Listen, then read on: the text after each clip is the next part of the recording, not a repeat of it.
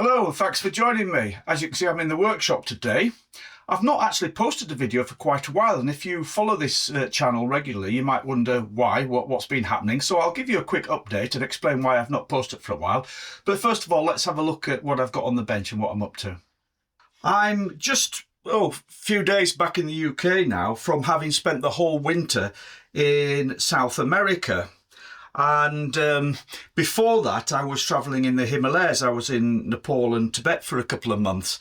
So because of that, I've not done any riding in the UK for about 6 months now, and I've not had a chance to make many videos. So any videos that you've seen over the last few months were ones which I actually recorded before I went away. So now I'm back home. All my bikes have been locked away over the winter because I've been overseas. I'm fettling them all, getting them all back on the road.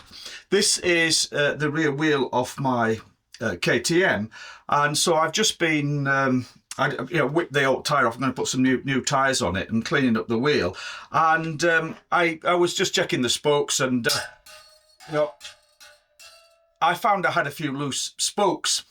And I could not tighten them up. They'd seized. I tried, but the design of the spokes here and the KTM is the spoke will just swivel.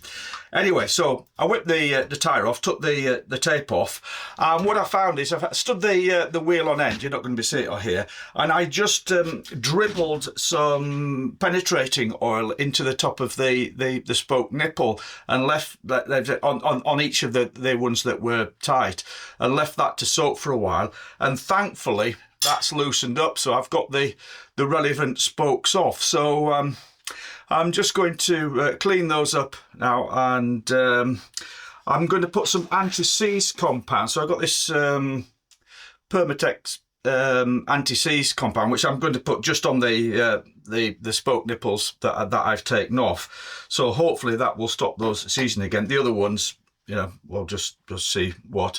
And then I've got some more rim tape here. Put the rim tape on, and then I'm going to put the tyre back on this wheel. So I've got to say I'm mightily pleased that I managed to release those spokes. So I'll get them back on and tensioned up properly, with my spanner.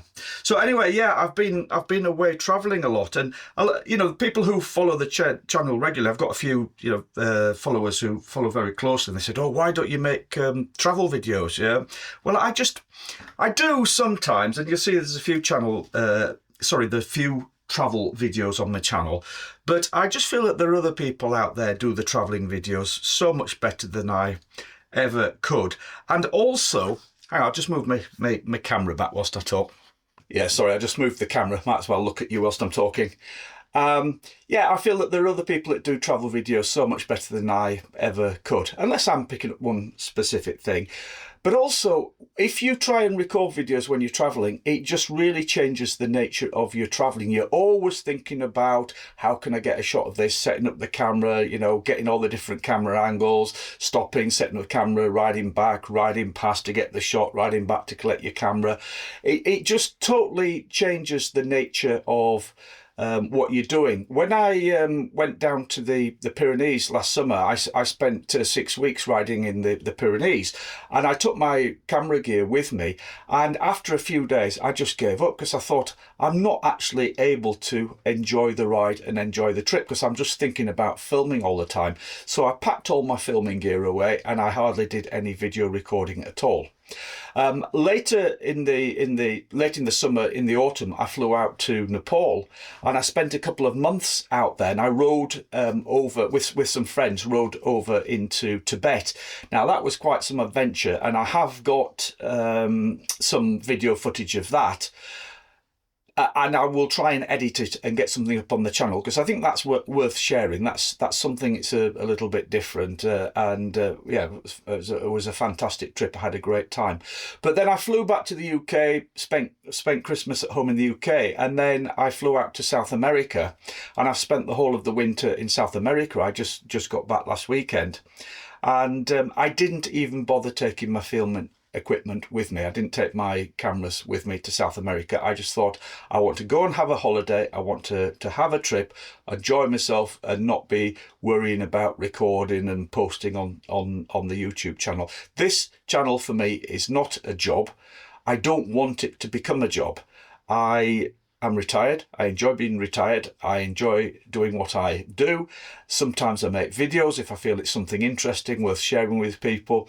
I've got no sort of commercial aspirations with this channel to make money out of it, to earn a living from it. Frankly, I don't need to earn a living from it, so I can pick and choose a little bit. So that's just a little update on where I've been, what I've been doing, and why we've been a little light on videos. Please don't think I've given up with the channel. I'm back in the UK for quite a few weeks now before I disappear off again, and I'll be recording videos about various different things. And if I do go off on the bike in the summer, having had a break from all the video and recording, you know, maybe I'll do a video of that trip. You know, maybe I'll feel like doing it then and do a video. We'll see. I've got a few plans, and if they come off, it should be something interesting. Anyway, thanks very much for sticking with me, and look forward to seeing you again soon with some more videos. Cheers. Bye.